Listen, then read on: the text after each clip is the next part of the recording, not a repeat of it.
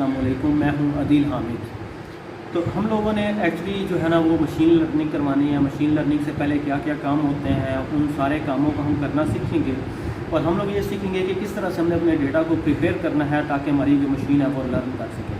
पहले मैं आज आपको एक बेसिक कॉन्सेप्ट देता हूँ, फिर प्रैक्टिकली आपको लेके चलता हूँ कि हमने कौन कौन से जो कॉन्सेप्ट हैं कौन कौन सी चीज़ें हैं वो करनी है अपनी मशीन लर्निंग करने के लिए। पहली तो बात यह है कि मशीन लर्निंग क्या होती है। एक्चुअली हम क्या करते हैं, हम अपनी जो मशीन है उसको डेटा देते हैं ताकि हमारी मशीन जो है वो लर्न कर जाए, वो सीख जाए। सीखने के बाद वो प्रेडिक्शन करे, यानी कि आगे जो आने वाले रिज़ल्ट्स हैं वो हमें दे, वो रिज़ल्ट्स एक्यूरेट दे।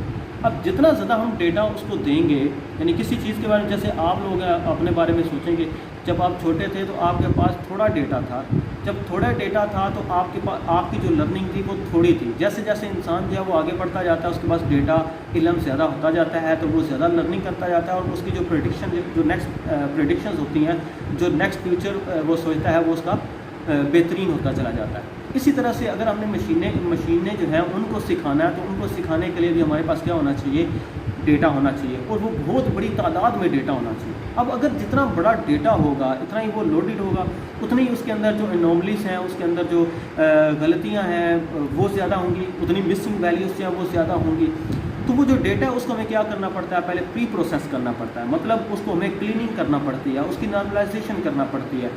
तो उस डेटा को सबसे पहला जो काम होगा वो क्या होगा, गैदर करना होगा। हमने डेटा इकट्ठा करना है और वो कंटेक्स्ट वाला डेटा इकट्ठा करना है, यानी कि जिस तरह का काम हम मशीन से लेना चाहते हैं, प्रेडिक्शन करवाना चाहते हैं, उसी जैसा डेटा जो है वो हम लोगों ने क्या करना है, इकट्ठा करना है। डेटा इकट्ठा करने के बाद हमने उसको क्या करना है, उसके अंदर से देखना है कि वो कौन कौन सी चीज़ें हैं जो हमारे लिए ज़रूरी हैं, उनको रख लेना है और बाकी जो चीज़ें उनको हमने क्या कर देना है, डिलीट कर देना है।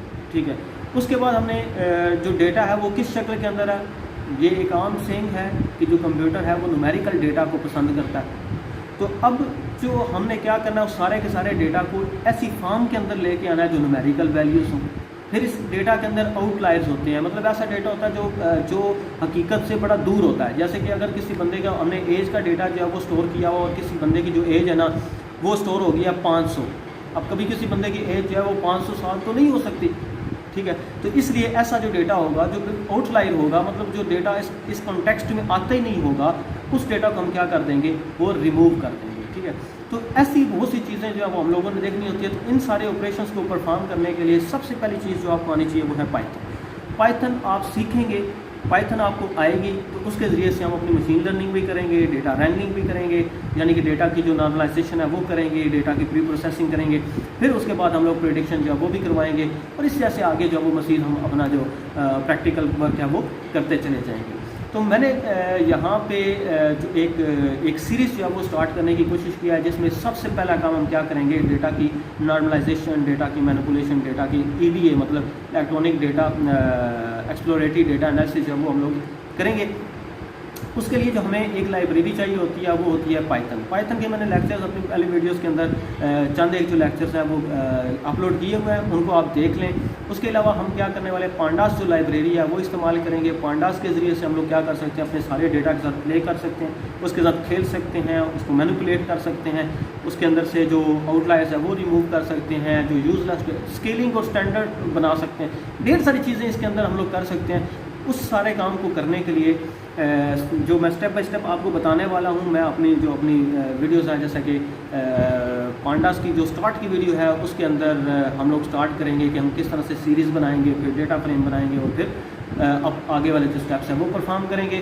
तो अपनी स्क्रीन पर चलते हैं, मेरे साथ रहिएगा, तो इंशाल्लाह हम लोग बड़ा सीखने वाले हैं। इसके बाद हम फिर आगे NumPy और आगे जो लाइब्रेरीज हैं वो भी